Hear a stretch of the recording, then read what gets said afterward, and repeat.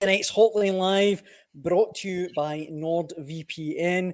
Easily the fastest, secure, and risk-free VPN for all of your online privacy needs. Much rate paying you.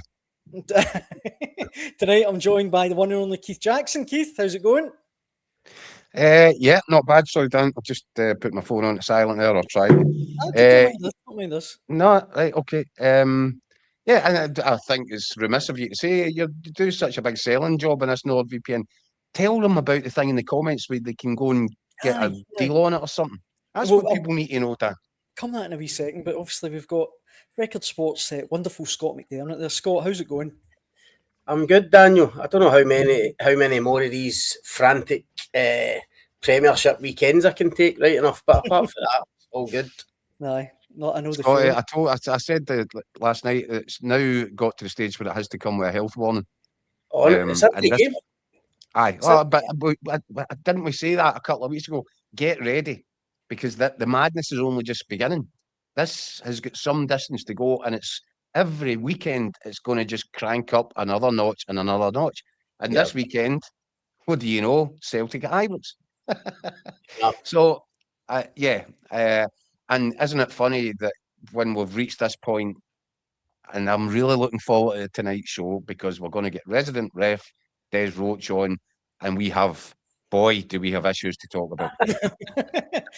we could do two shows with issues we've got to talk about. Wow. And this is just the warm-up. That's the starter. Wait till Ibrox. Aye. I'm telling you, put the kettle on for it. There's going to be something that blows in a thermonuclear style, this whole thing. 100%. The referees have got themselves into such a state right now, and the VAR helpers, they're an absolute shambles.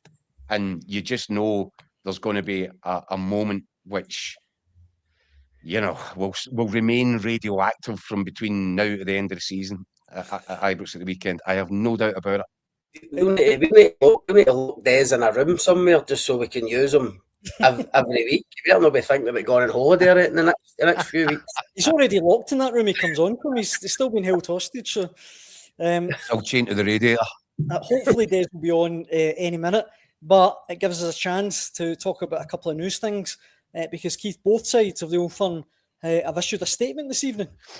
Yeah, well, let's start with Celtics and Auston Trusty confirming that they will, and this obviously feeds into the conversation that we'll be having with Des shortly, confirming that they will appeal the red card that was given to Auston Trusty for lashing out a little bit at Jamie McGrath Sunday's game against Hibs. Celtic obviously went down to 10 men and ended up losing the game. There's a discussion to have about this. Daniel, you said yesterday never a red card in a million years. I hadn't seen it at that point. Subsequently did see it. Not as sure as you on it, I have to tell you. But understand why Celtic would appeal it all the same. And I'm ready to be persuaded in this one, because there's a big bit of me thinks if you're giving out red cards every time something like that happens, when two people are waiting for a delivery for a corner kick into the penalty box, the game's gone. Aye. I think there is. I don't think. Put it this way: if Matthew McDermott, I think, was the referee, and if he goes over at that point, separates the two of them, gives Trusty a yellow card, and says, "Calm down, stop acting like a kid." Aye, that's what. Aye. The situation is dealt with. Dealt with. But there was, when you look at it in the replay in slow motion, it actually looks as if there's a bit of violence, a bit of added aggression in the swipe that has caused them the issue. It's not just get off. Aye. He goes a wee has bit given them a bit of a clatter. But I still think, you know, in 100 times out of 100, if the referee goes over and books him for it, I don't see what the issue is. But we've got loads to discuss on that. Celtic have confirmed that they're appealing, and that will be heard, obviously, ahead of the weekend. Be fast-tracked, and that means they'll be hoping that Auston Trusty is cleared, the decision's overturned, and he's able to play against Rangers at Ibrox. Good luck with that. I doubt it. Because I feel very much as if the officials, Willie Collum and his merry band, are sort of closing ranks now. And I think they realise that they're making too many mistakes. I can't see them want to put their hands up to this one and accept it or admit it. And the other statement is a statement from Rangers, which came out about 5 o'clock, revealing that 2 of their players, J.D. Gassama and Emmanuel Fernandez, been subjected to vile racial abuse online after yesterday's 2-2 draw at Livingston. I mean, it's just scandalous, isn't it? In this day and age. I mean, in any day and age, what are people thinking? It's utterly reprehensible behaviour to go and abuse somebody because of the colour of their skin. Whoever's done it, they won't be embarrassed because they'll be not even quarter wits. They won't really have the full sort of mental capacity to understand how embarrassing that is.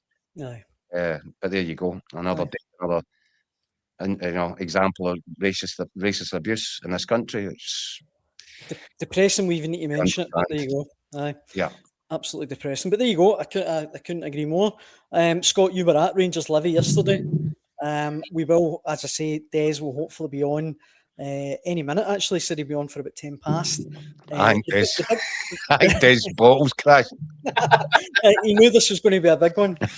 I'm kind of stealing his thunder a bit, but the last minute decision with Mikey Moore, the penalty call, Cammy Kerr. How did you see it? Might need a whole new show for this. We're just filling time to Des gets here anyway, Scott. Crack on. In real time, I thought it was borderline. Obviously, you see it live at the game, Daniel. I only managed to catch kind of one replay when we were sitting at the ground, and I thought they were going to give they were going to go to VAR and give a penalty for it. And obviously, since then I've watched it so many times, different angles. I've listened to different people, and we're led to believe it was decided. The reason nothing was given was because it was clear that it was outside the box. And I accept that Cammy Kerr's initial tackle with his left foot does start outside the box, but I think it's in the IFAB rules that a tackle like that, if it continues inside the box, then a penalty can be given. And the key thing, we were talking about it just off air before we came on, the key thing I think is the right leg falling through the right knee, which seems to take Mikey Moore down in the act of shooting. And that to me looks like it's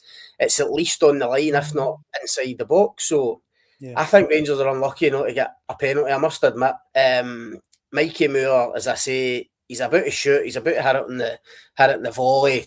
Nobody's saying he's going to score or even get it in target, but he is getting a shot and goal at obviously a vital time in the game. So, I think Rangers have been quite harshly dealt with. I mean, Danny Rowe said after the game, if it's not a penalty and it is outside the box, why is it not a red card? And I'm sure we'll touch on it with Des, but I was saying earlier, these dogzo decisions, as we now call them, I feel as if we're talking about these, or we've talked about them more in the last 6 weeks than we have in the last 6 years. I don't really know why it suddenly came to the fore. Jacko was saying earlier, the high profile Auston Trusty decision at Tynecastle obviously brought it to fore initially, but since then, even then, it feels like we've had about 5 or 6 since then. With two at Pittodrie for the Aberdeen Motherwell Cup tie as well. So it's a hot topic at the minute,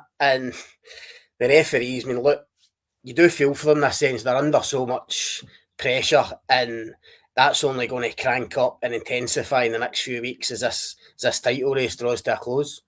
My theory is on it that the Trusty thing, there was a kind of meltdown after that. I felt it was the right decision, but I do feel that, as I said, it feels to me as if the officials, we will call them, they're circling the wagons a little bit. I can almost imagine them convening that meeting on the back of that decision, saying, right, guys, this is a new thing. We need to crack down and show a level of consistency. And I think they've lost the plot of it. I mean, whether or not, and I actually think the one at Pittodrie in the halfway line, who was it again, Scotty? Liam Gordon gets sent off, didn't he? For the Liam Gordon knows what he's doing there. Right? I think anybody that knows the game knows that Liam Gordon thinks, oops, I've sold myself here, I'm just going to take him down. And so I actually don't know if I disagreed with it. But what I do think is, was it Lasagna that then has got another 40, 50 yards to run and on goal at that point, which made it not the same as the Trusty one. It's even further out.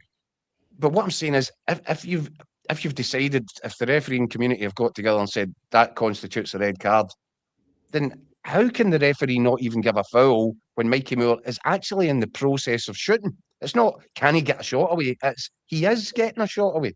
Yeah. And Jack, aside from that, the other key thing here is, I'm sure we'll speak to Des about it in terms of the Liam Gordon one. No, John Beaton makes a decision that night, yellow card. He's right on the spot, gives the yellow card, and we heard when VAR came in, it wasn't going to re-referee games. Not a single person was on the pitch was complaining about Liam Gordon yellow card. He got up and accepted his yellow. Not a single argument for an Aberdeen player. Why is VAR telling him to go to the monitor and urging him to change? And it's the same on at Celtic Park with the Trusty one. Whatever you think of it, Matthew McDermott is literally standing 5 yards away, staring at Auston Trusty and Jamie McGrath. He sees it unfolding. He decides that it's that he's going to call them over and have a word with them, exactly what you've said. But somebody sitting in the office watching it on TV is pulling him over to say, by the way, you've not seen that, right? That's more aggressive than you think. So you need to give a red card. We're losing the whole point of VAR. It's not there to referee the games. It's really frustrating. Well, one man anyway shed a bit of light for us as a resident referee, Des Roache. Des, it's always a pleasure to have you on the show. You are muted right now, I should say, Des, before we start. Sorry, guys. In fact, you know what? I'll maybe just go back to mute and just leave it at that. No, Des, do us a favour. Going to take charge of the sort of control panel at Clydesdale House and just leave them in mute for the next few weeks. Do you think I'd be allowed in Clydesdale House? Probably not. Where should we start then, Keith? I mean, we've got at least four or five. We've started talking about a couple of them. Des, let's start with the Auston Trusty, because Celtic have appealed it this evening. Obviously hoping that it's overturned and that Auston Trusty is not suspended from the Old Firm game at Ibrox. First of all, I'll ask you a simple question. Will they win their appeal? I don't know. Okay. For me, and I'm just home. For me, it's never a red card. Matthew McDermott, when you're looking there, he's what, 8 yards away? 5 yards away, clear view, nobody in between them, sees the whole thing. And how many times have we seen this incident play out for the last 4 years that we've had VAR? But this is one that they decide to get involved in. There's grappling, there's pulling, there's pushing. Do you know what? All you need there is Matthew McDermott to be a bit proactive and just blow the whistle, pull the two of them in and say, what are you up to? Get your hands off each other. Don't be stupid. Behave yourselves. Behave yourselves. And maybe give Trusty a yellow card. At the worst. At the worst. So it can only be sent off for serious foul play or violent conduct. I don't think that falls within the parameters for any of them. Here's the deal that I've got, Des, and you tell me if you think there's anything in this. At full speed, when the referee's standing there 5 yards away, unobstructed view, he's decided there's nothing there that constitutes violent conduct. Yes. When you slow it down, however, and it's in slow motion, it does start to look like violent conduct. I think there's a bit too much aggression. It's not. You've seen it 100 times. You see it 100 times every game. People grappling, waiting for dead balls to come in. People holding shots and get away. Trusty, there's a striking movement there. Now, for me, it shouldn't be a red card. But I said I'm open to be convinced on this one because it was a little bit too aggressive. I think it was stupid, and it's not the first time Auston Trusty's been guilty of stupidity.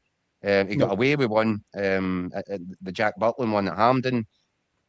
I think look, if it's down to me, I don't want red cards for that. But when you slow that down, I think there is an argument, which is why I don't think he'll win his appeal. I think there's an argument and a validation there to say that was overly aggressive, violent. So aggressive and violent are two different things. Yeah, two different things entirely. If it went for a caution for an aggressive action, okay, I don't think it's the worst, but I can buy it, I can accept it. But I'm not having violence for it, and I'm not having serious foul play for it to be sent off. But I'm also not as VAR, because VAR can't get involved for a yellow card. Mm-hmm. So they can't be involved for that. So VAR was Grant Irvin, and he's obviously deemed upon himself for it to be violent, which is therefore Grant Irvin refereeing that game. Well, that's exactly Scott's point from earlier. I know you missed it, but that was Scott's point, and he's absolutely spot on. I thought the whole thing about VAR was, I'm not going to be re-refereeing the game here, but we'll use it as a safety blanket. There are instances, and that one is perfect, a perfect example of it, where guys are sitting in the studio thinking, nah, I know the rules and I can apply the rules better than the guy that's out in the pitch. Which is entirely wrong. That's why the guy's on the pitch in the first place, because he's the manager, he's the boss. That's Martin O'Neill on the pitch, and he's got Sean Maloney and Mark Folling as his two assistants, and he's got somebody in the stand who are offering their opinions. What I would have liked to have seen was Matthew McDermott to come across and say, nah, I'm not having that. If he wanted a yellow card, which VAR couldn't have got involved in, then fine. But as long as I'm watching that game there and seeing it, and understand what you're saying, slow it down and frame by frame, you can make anything look violent, you can make anything look different. To me, it's a pulling together. Enough's enough. Give him a good rollicking, and then the corner comes in and nobody's talking about it. Yeah, because then all we're talking about is that Liam Scales gets pulled down and Celtic don't get a penalty in the very next action. So, which is worse. What was your view on that? That was a penalty kick. There was a clear penalty kick. Scales is, well, you've got it on the screen there. Iredale has got a hold of his arm, he's got a hold of his jersey, and if you look straight behind again, pair of black socks, how close is he to it? What I would say is he doesn't need to be looking at the ball, because the ball's only going to come one place. The ball's going to land in there. That's what the assistant referee's for. They're there to nobody's going to foul the ball. Yeah. So what the referee should be doing, and he's probably switched off, the referee should be looking at what's going on at that moment in time in the penalty area. The ball's coming in anyway. But to me, that is a clear and obvious error, and VAR should have been involved in that. Why would they not, Des? Is that just a case of, I heard someone saying earlier on today, it's because the ball wasn't going to Scales, it was too far away from him that he was going to impact it. Is that maybe why they've not called it over? See it, and I've heard that as well, saying that because Scales wasn't going to get the ball. I'm sorry, that's not the rules. That's not the laws of the game. That's not what it's there for. You're there to make an opinion on an incident in front of you. A player has been pulled, he's been grappled inside the penalty area. I mean, we're getting guys sent off for running away from the halfway line and getting trips left, right, and centre. That's as clear a penalty kick as you're going to get, Scott. It doesn't matter where, if he's going to get it or not. You act upon the incident that you can see, and why VAR has chosen to get involved in something needlessly and ignore there, because that's got a far. I mean, that's a potential goal, that's a potential red card, it's a potential penalty kick. It's a completely wrong call. We should say we've got tons of comments coming in on this, and if you're watching at home, you want to get involved in the debate, please do so. Fire your questions in for Des. I'll maybe come to the comments afterwards, because we've got a lot just to say, guys, in case you've not, I've escaped my Guantanamo cell, so we were just saying that, Des. It's good to have you a bit of freedom. That's brilliant. That's it. I've managed to kick the kids out of the study room, so Dad can get a chance to use it for a change. And come out the cave. Keith opened his wallet and paid the ransom. That's it. The next one we should probably talk about when we talked about the top of the show before you come in, Des. The Mikey Moore. Hold on. Go on. Right. The Scales one. Is it possible that they've looked at it and thought, yes, there's contact. Yes, there's a shirt tug, but he's thrown himself and he's looking for it. No, shouldn't be. No, I wouldn't have thought. Well, if he's thrown himself and looking for it, it should be a free kick to Hibs then. Right, okay. Because I think that Celtic might have had a stronger penalty shout than that in the game.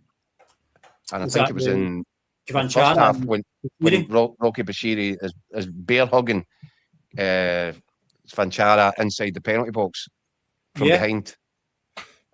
Now, should that not get looked at? I think when I was watching the highlights, I thought that was obvious because you can see Rocky Bashiri's two arms right round the front and pulling him back. The only thing I can think of is the referees thought it's two strong physical athletes having a go at each other. Is it one causing more than the other? And does he also think he's turned up at Murrayfield and no Celtic Park? Possibly, but I did think that as well. I thought that's maybe a clear pull. But on the scales one, that's a penalty kick. Just to confirm, that Celtic been done out of 2 penalties and had a man sent off that shouldn't have been. Tonight.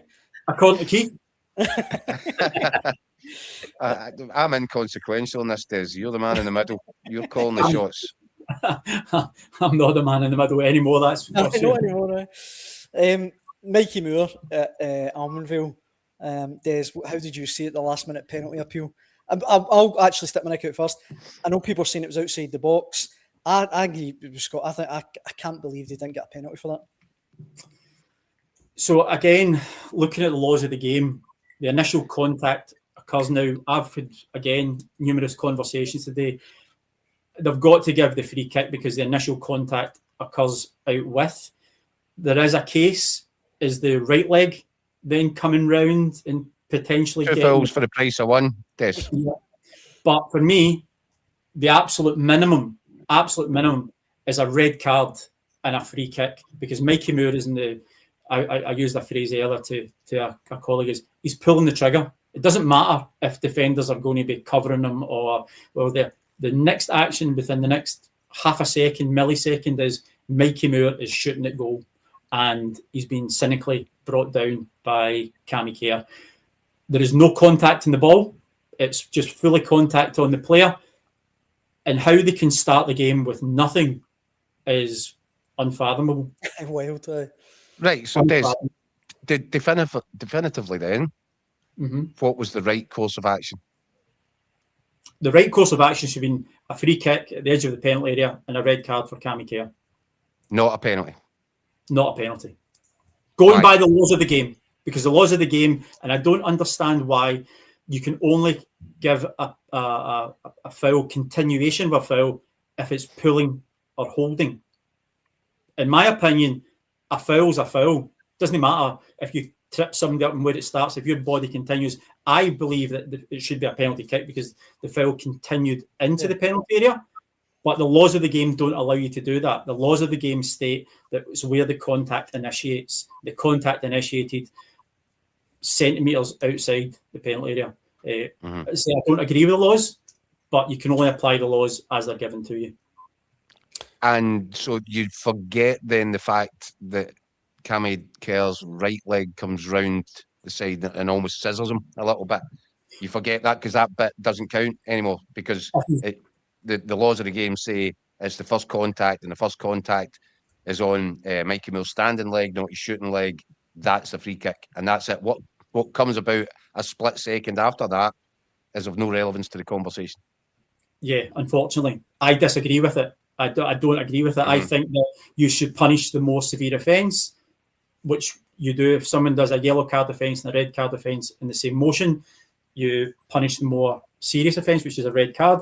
In my opinion, play should have been stopped because it continued into the penalty area, but the laws unfortunately don't allow for that to take place. They've got to go for where it was initiated, and unfortunately for Rangers, it initiated outside the penalty area. But it's a red card for denying an obvious goal scoring opportunity. That absolute minimum. You can't just start the play with nothing. Can you try to explain? No. What the referee was seeing that made him think that play on, guys? Can anybody offer any explanation as to how the one thought that shouldn't go through the referee's mind at that point is Play on. And why did that happen? I think the referee looked as if he was caught in stage fright. He was caught in a rabbit in the headlights, and I thought that was quite evident throughout the whole game. If I'm being perfectly honest. Well, I'm really glad that you said that. But VAR looked at that instant. I mean, I was obviously at the game. It certainly felt like well over 2 minutes we were waiting for them to check that. Now that suggests that the VAR thinks there's something to look at and something to decide on.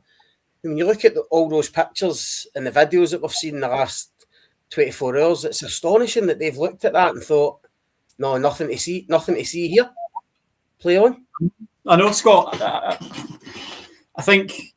Hold on, though. VAR did confirm that it was a foul, didn't they? No, because they never chatted the foul.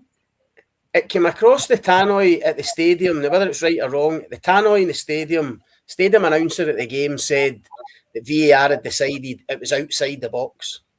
So they're saying VAR have looked at it as a foul, but it's outside the box. Yeah, and it's not denying a goal scoring opportunity, clearly.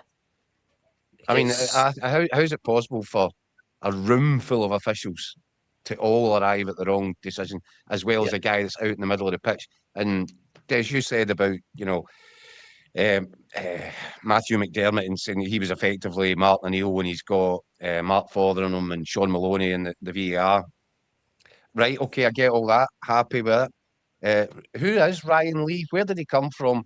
And how come the SFA or Willie Collum have decided to parachute in a whole bunch of really inexperienced guys, or what's what it feels like, guys that you've hardly seen before, of getting parachuted right into what is effectively the tightest, most competitive title race in decades, and they're throwing guys into it. And you said it, that Ryan Lee looked as if he was a rabbit caught in the headlights for 90 minutes. I completely agree with you. Why are we doing this? So the only reason I'm with you, there's, what's it you always say, you pick your team for the big occasions. At this stage in the season now, Ryan's just been promoted onto our FIFA international list. So therefore that means that he's going to get the big games. Now, Rangers away from home, Celtic away from home, Hearts away from home at this time of year are all going to be big challenges. Yes, I understand they've got to blood them in, because how do you get experience if you don't do the games and serve your time? But now's not the time. Now's not the time. You need to be using your safe hands. But unfortunately, this season we've seen a lot of decisions where our safe hands aren't so safe anymore. And I don't know. Ryan will learn from this, hopefully. But as I said, he's a FIFA referee, so we're going to see a lot more of him, a lot more of him over the next couple of seasons. But I don't think at this current moment in time, and the big games and the big pressure is going to come under, that we need to be blooding these. I don't think we're looking after young guys to be flinging them into this at this level. Exactly right. And by the way, the experienced guys, the guys that should be carrying the weight here, they're hiding out in the Clydesdale house in the bunker. And some of them are making errors as well, and they're making an arse out there as well. Yeah, exactly right. Aye, astonishing. Look, we're getting. By the way, did you see? I know we're getting all very heated here and serious. Did you see the scoreboard at Celtic Park when VAR decided it wasn't a penalty for Liam Scales? Said it was outside the box. Come up, yeah. It happened outside the box, not in the penalty area. Somebody in the record hotline said Grant Irvine and VAR, when he put that up, must have been watching the Rangers game at the same time. That's actually, do you know what? Stranger things have happened, honestly. We've got tons of comments coming in, so let me throw a few of them at you guys. The Green Machine says, I'm totally convinced now they're drawing straws on VAR decisions and making it up as they go along. On Trusty, in the name of the wee man, says, take on board, that sort of thing happens all the time, but it's excessive. David Gillespie says, who's to say the Hibs player didn't give him a nip, which caused Trusty's reaction? Wilkinson says, it's harsh and Trusty, but you... We're coming up with our own theories now. You can't really argue. Stevie says, the Mikey Moore one's a direct free kick and a red card. How the ref's given nothing is mental. John says, Dermot Gallagher on Sky today said that the Moore incident was a yellow card, not a red card offence. Yeah, I saw that and I completely disagreed with him. I thought he was talking rubbish and not for the first time. I thought it was just a strange. He's saying there's Dermot Gallagher said there was defenders covering. That makes no difference. He's literally swinging his trigger foot. Yeah, that was the word I used, pulling the trigger. Aye, pulling the trigger. Just to finish these, Rebel says, if Des had been the ref at Celtic Park on Sunday, Celtic would now be second and 3 behind Hearts with a given hand. Come out of retirement, Des. And the very last one, friend of the show, Kyle Gunn, has been in touch. He's a big St Mirren man. He says, get Des and Richard King. They've obviously appealed that as well. He says, I mean, that one was maybe... I'm glad Kyle's brought that up, because I was going to ask Des about that. I mean, that's arguably the worst decision. I mean, Des, try and explain what's happened there between the if you can. The best way to say it is there is no explanation for that whatsoever. There is none. I could go through a plethora of things. Can't defend it. I won't defend it. It is without doubt the single worst decision I've seen in Scotland this year. And what we can say quite categorically is that Callum Scott is completely exonerated in this, because he's following play. And from what I've heard, it was either the assistant referee over assistant referee 2 or the fourth official who's alerted the referee through the communications to what's been on. But do you know who VAR was? Go on. Is it Nick Walsh? Nick Walsh. Yeah. Who has been champion. Yes, the Diamande one up at Dundee United. Yeah. So Nick Walsh has been triumphed and trailblazed as our number one referee, which a lot of us bought into because he did do well.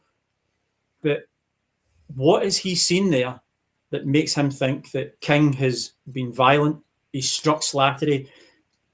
It's appalling. Now, that's a clear and obvious error, and that's why VAR's there. So if the assistant or the fourth official has maybe come down the mic and said to Callum, I think King has lashed out and struck an opponent in the face, first thing Nick should be doing is looking at it with these screens going, no, it's fine, there's nothing there. How can he see that as a red card? Because it's only him that can give it and only him that can turn it over, because he's the one with the best view. Absolutely appalling. And that's not to exonerate Slattery for his actions after the rail, which is deplorable. But the disgrace. But why would the refs not be called over to look at that? Yes. That's the first thing should happen. And the first thing that you should be doing is, Nick, I think you need to retune your telly because you're seeing something I never seen. That is appalling. And the referee, if you're given a red card, that's a major decision in the game. You're removing somebody. You're putting a team down to 10 men. If I'm putting a team down to 10 men, I want to know before I'm sending somebody off that what I'm sending them off for. Yeah. By the way, we're all getting caught up in the title race and all the excitement at the top of the league, and it is brilliant and there is drama. We always knew there was going to be decisions that would be pouring over like this. But at the other end of the table, St Mirren are in danger of getting sucked out of this division. Yeah. These are, I mean, if anything, these decisions could be even more consequential for the people with jobs at the football club. It's simply unacceptable for some man to sit in a room and decide that he's seen contact which didn't exist. And it's not the first time. We've got that. This is becoming a bit of a recurring problem with Nick Walsh. Nick Walsh is one of these guys who seems to want to use things to justify something that only he is seeing. And it's happened before. We've had this conversation. What was it? Was it the Diamande one? Was it something else? Was it? I think I've said to you guys before, when I was refereeing all those years ago, and if I make a decision and I'm talking to my lines and I said, if I'm the only guy in this stadium that has seen this, you get me across and get me wrong, and get me straight, because I can't be the only guy that's getting this wrong, because I'm going to make a fool of myself. However, if I'm the only guy in the stadium that hasn't seen it, then you need to get me across, because I'm not making a fool of myself. This is just making it look foolish, setting yourself on fire. And put it this way, I live in the Renfrewshire area. It's probably the best £1,000 St Mirren will pay for an appeal, because they'll be getting it straight back. Sure. A few people. Sorry, go on, Keith. I'm just saying, referees can make mistakes, right? We all know that, and it's the full speed of the game, and decisions get made in a split second. So there has to be that acceptance of human error with decisions like this. It's unacceptable for a guy who's a trained referee, meant to be one of our best, to be sitting there with a remote control in his hand in a studio environment with a cup of tea, watching the pictures, rewinding the pictures, looking it over and over again, and seeing something that nobody else can see. That is completely and utterly unacceptable. And there has to be ramifications for that. Willie Collin has to look at that and say, well, I'm sorry, but the evidence says here we've just lost an appeal. Richard King will be free to play. You cannot be entrusted to sit and call games. And by the way, why didn't you call the referee and tell him to take a look? You've even broken protocol. Not only have you got it all wrong, but your handling of it is all over the shop. So again, that's re-refereeing the game, isn't it? Because he's not allowed the referee to make his own decision. Because he knows better. I think that one's staggering.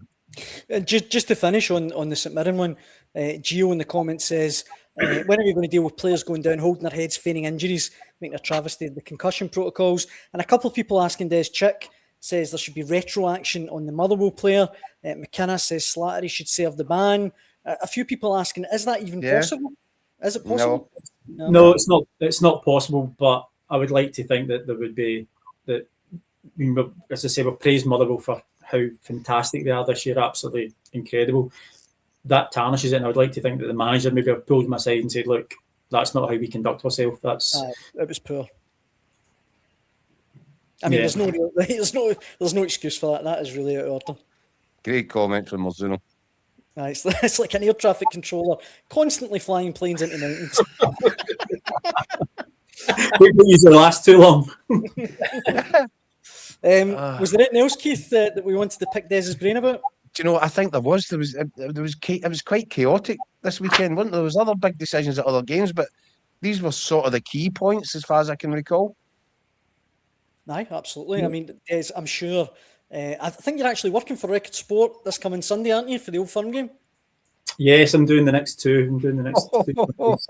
I'm sure that will be a tea party in a Wendy house. I'm sure that will be all straightforward. Wow. I'll just need to make sure if I'm at the stadium with the telly, I've got the right channel on. Would help. It's a very good point. I might go back into my bunker. Well, listen, Des, it's always an absolute pleasure having you on. We massively appreciate it. Thanks for answering the questions, and thanks for coming on. And I'm sure I'll be pestering you again soon. No worries, guys. All the best. Okay, take care. Cheers, Des. The one and only Des Roache there, legend, for coming on. The other kind of thing that I wanted to, or we're getting a lot of comments about, we didn't get the chance to get your debrief yesterday, Scott, after the Rangers Livingston game. There's a lot of comments coming and asking us to talk about it. Ewan says, as a Gers fan, to have a chance at league title is great, but the players don't look interested until the last 15 minutes. Danny needs to put a rocket up them at kickoff rather than half time. John says the full team of Rangers players were like deer in the headlights. They don't know how to handle a title running, and there's more of that ilk. John as well says you're missing the biggest issue. Rangers shouldn't have been scrambling the dying minutes to beat Livy. Spot on, John Curry. The Rangers players didn't get started until Livy went down to 10. Hard to disagree with any of that, Daniel. I mean, you have asked me loads of times on here about who's going to win the title and who's the favourites, and I don't think I've actually ever said Rangers, and the reason for that has been, I watch them so often. I've just never felt convinced that this Rangers team were playing like champions and looked like champions. And Sunday was just yet another example of that. I mean, I said to Danny Rowe actually after the game, was he kind of torn between, being, I suppose, proud of the way they fought back and managed to get themselves a point when it looked as if all was lost at one point, or is he just annoyed and frustrated that they find themselves in that situation in the first place? And I think it has to be the latter. I mean, Rangers form away from home, last 3 away games, can't beat Hibs, can't beat Motherwell, can't beat 10-man bottom of the league Livingston. That's not title winning form. And look, everybody knows that this Sunday's Old Firm game is absolutely massive for both of the clubs. I mean, it's a must-win for both of them. You had to say the losers of that, I think, pretty much get knocked out of the title race. That's how big this game is. But Rangers and Danny Rowe, I think, need to be hugely frustrated by these results. The only time I felt as if they'd maybe turned the corner was obviously the Hearts game at Ibrox when they came back. But even then, I felt they looked still fragile defensively, conceding the two goals. And as one of the guys touched on there, too many players no turning up on Sunday. No, Skov Olsen's been mentioned there, another prime example. This guy's been signed for on loan. Was it 13 million valuation? Talk about maybe getting permanently for 8-9 million this summer. I mean, he was signed to try and get Rangers over the line in the title race, and yet they're having to hook him at half time at Livingston because it doesn't look interested. He doesn't look capable of influencing the game. And one of the callers was right there. The hunger and the appetite and the desire, it doesn't seem to be there in these games, these away games for Rangers, right for the off. And it's a big problem for the manager. I mean, Mikey Moore obviously got the equalising goal. And I mean, he's an 18-year-old kid on loan. If the rest of the players had the hunger and the desire and the appetite to make things happen and to win games as Mikey Moore has, I think they'd be absolutely fine. But they don't. Far too many. That's not the first time we've said that, Scott. Right. Exactly. I'm sure it was at Easter Road when Rangers dropped a couple of points. That he came off the bench and he put in more effort, more energy, more desire into his cameo performance than you saw anywhere else across that Rangers side. And it was almost a carbon copy performance.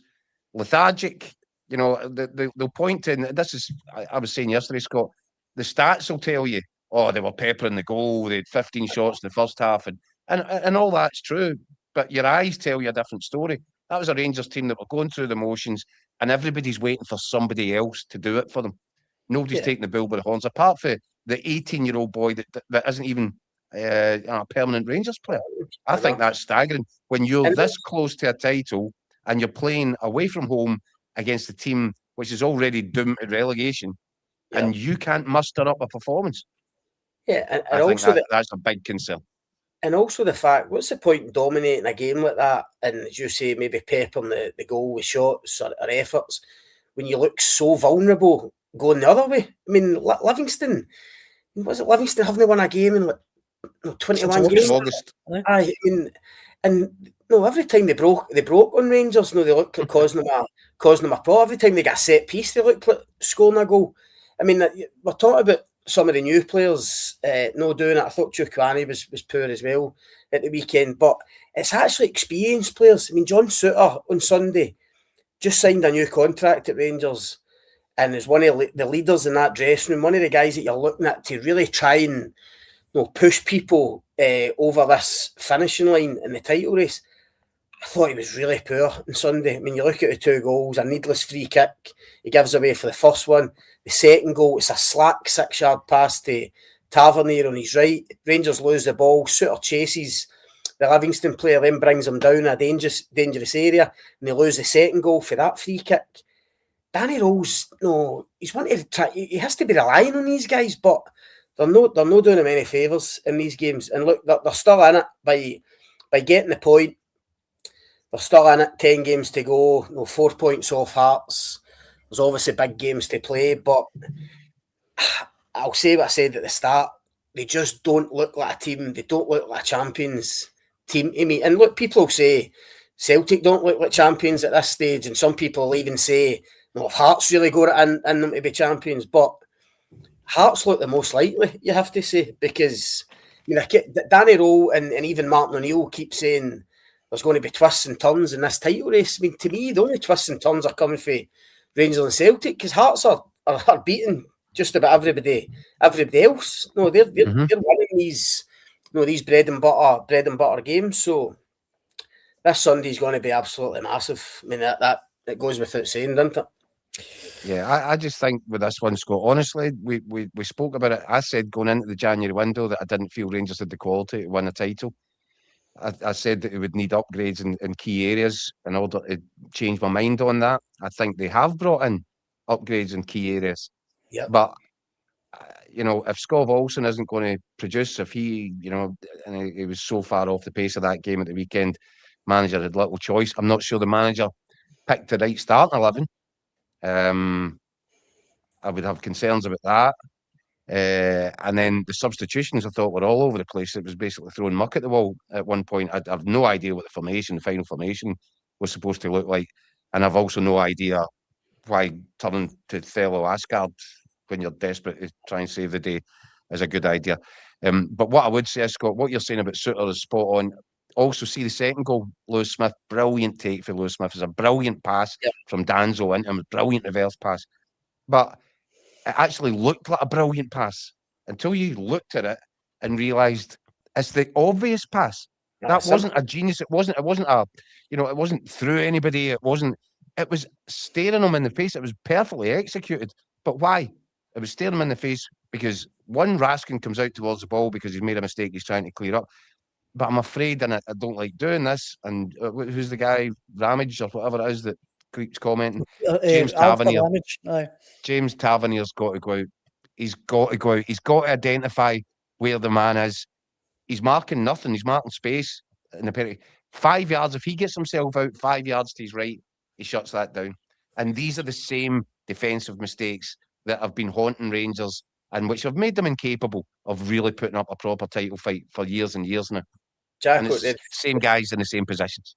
The defending is terrible for both goals. And if you're in the midst of a title race and especially going away from home, look, there's going to be some games where everything doesn't go our way, the home team make it really tough for us.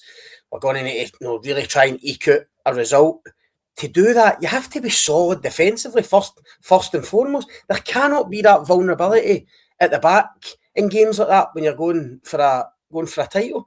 And that was the case on Sunday. They looked so fragile. Even the Hearts game that they won at Ibrox, the 2 goals they conceded were preventable. You cannot keep going like that in a title race. I don't think you have to be solid first and foremost. Hearts at home to Falkirk on Saturday. No, I don't think I only seen the highlights. I don't think they murdered Falkirk in the game. But tell you what, they made sure they were keeping a clean sheet, and then they get the goal. It's a decent finish for Chesnikov, but it's a wee bit of a kind of scrappy goal. That's what you need to do in a title race when you're going to try and win it. Rangers and Celtic, certainly Rangers on Sunday, defensively all over the place, and that can't happen. Before we wrap up, guys, permit me one more visit to the comment section, because there's just been so many today. I feel like I should try and fit a couple in before we wrap up. Stephen Hall says, why do we not keep Finlay Curtis? He was good in every game he played. Scott says, listen, you so-called pundits, things happen in football. Rangers will still win the league. Thanks for that, Scott.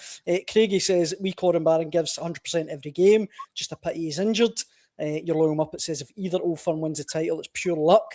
If Hearts lose it, it's down to bad luck. Gun Platoon also says, need Barron back for the drive. Rangers Easy OK is one of a few people saying away form is a concern, but we're strong at Ibrox and fanciers over the next 2 weekends. A lot of people saying that although Rangers do look quite fragile on the road, they would fancy them to beat Celtic on Sunday. Don't know what you guys think.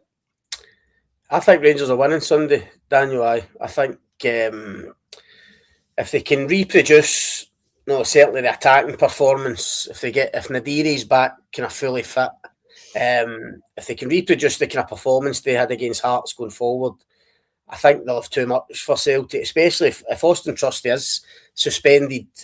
Who's going to play at the back for Celtic? Is Dane Murray come in? Is the on loan Brentford boy Arthur come in? With the atmosphere and what's at stake, I can see Rangers winning the game at the weekend. What do you think, Keith? Rangers should win the game because they're at home and because Celtic have got themselves into a real mess right now, and Martin O'Neill was just the latest in the line of managers struggling to get proper performances out of this bunch of players. For all those reasons, Rangers should win the game, but I would not be in the slightest bit surprised if it's a draw. And if I'm Hearts, I'm absolutely thrilled by that, because there's another 2 points in each team. And by the way, Daniel, we've now went 50 minutes on here. We've no mentioned Motherwell once, which is I tell you what, those got. You mentioned about the importance of clean sheets in a title run. Exactly. I think if I'm not mistaken, that was their 20th league clean sheet of the season. It's Mirren on Saturday night. 20th. They're scoring goals for fun, and they've forgotten how to concede goals. I think for the first time, and obviously we've talked about title favourites, who's going to win it for weeks now. I can't believe I'm actually saying now, I think Motherwell are in this. Genuinely. I mean, I know Jacko's said that a couple of weeks ago, but I think of the fixtures at the weekend, Motherwell at home to Dundee United, I would definitely bet on them to win that at Firth Park, given current form. I think Hearts will win against Aberdeen at Tynecastle. Rangers and Celtic could cut each other up at Ibrox.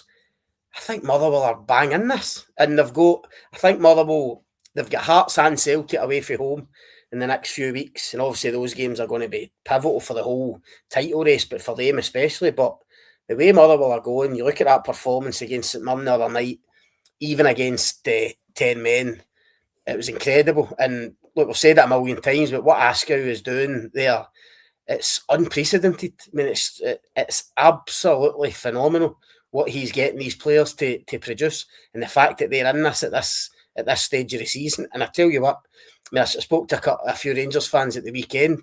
They're absolutely delighted they don't need to play Motherwell again before the split. Absolutely delighted they've not got them before the split, whereas Hearts and Celtic do. So it's I think they're in it. Askew's now been made the red hot favourite with the bookies to be the next Celtic manager, 10-11. I know you're not a betting man, Keith, but could you see that happening? Well, you asked me about it a few weeks ago, and my answer's not going to change. Celtic aren't doing their business properly. Keith, right? Just you pipe down. Celtic aren't doing their business properly if they're not having a proper look at Askew.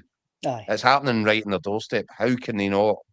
And my thought would be if I was heaven forbid in the Celtic boardroom right now, is There's a thought. I'd be looking at it and thinking, can you imagine? Look what he's doing with the best will in the world, and all due respect. That's Stephen O'Donnell, it's Paul McGinn. You know, guys that have been largely journeymen throughout their career with great moments, and they've had brilliant long careers. Did anybody ever imagine they'd be playing football like this and a team like this? Did anybody think that they were capable of that? So if I'm making the decisions in charge of Celtic, I'm looking going, can you imagine what this guy might be able to do with a Celtic-sized budget, whatever a Celtic-sized budget looks like by next summer? It's certainly going to be, night and day compared to the shoestrings that he's operating on at Motherwell. So why wouldn't you? And if you're not, then you should be. Would be the message. I was speaking to Andy Halliday at the game at the weekend about Motherwell, and he said he's obviously in there, so he sees it every day. He thinks the football they're playing is even better than Postecoglou's at Celtic when he was there.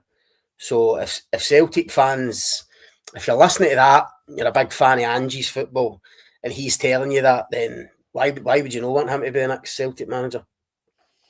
Absolutely. Celtic fans can get in touch. Let us know what you think. But for tonight, that brings us to the end of Monday Night's Hotline Live with Record Sport, brought to you by NordVPN. Thanks very much to our resident ref, Des Roache. Always great having him on. Thanks for all the comments. Been brilliant again tonight. And Keith, Scott, it's always an absolute pleasure. Cheers, Dan. Aye, we'll be back at 6 p.m. tomorrow, as Keith says, to do it all again. Hope you can join us then. Thanks for watching.